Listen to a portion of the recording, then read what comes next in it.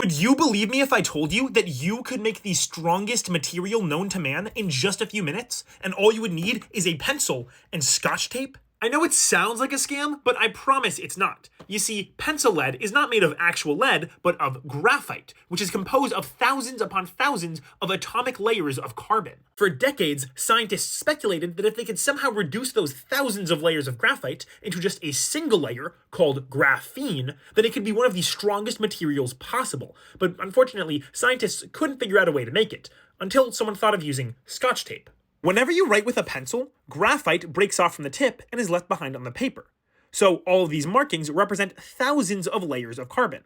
In order to get graphene, all you would have to do is isolate a single layer. Here is where the Scotch tape comes in. Take a pencil marking and apply a piece of tape. When you remove it, you should see that some of the pencil marking is left behind on the paper, but some is transferred onto the tape, which means we've thinned out the graphite layer. Now all you have to do is rinse and repeat.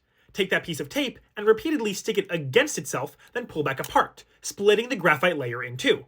If you do this over and over again, you'll get thinner and thinner pieces of graphite over time, until eventually you get really thin ones. You can barely even see them on the camera. If you do this enough times, you'll eventually spread the graphite so thin that you'll have a portion of your tape with exactly one layer of carbon atoms, aka graphene. And it was using this method that graphene was first discovered.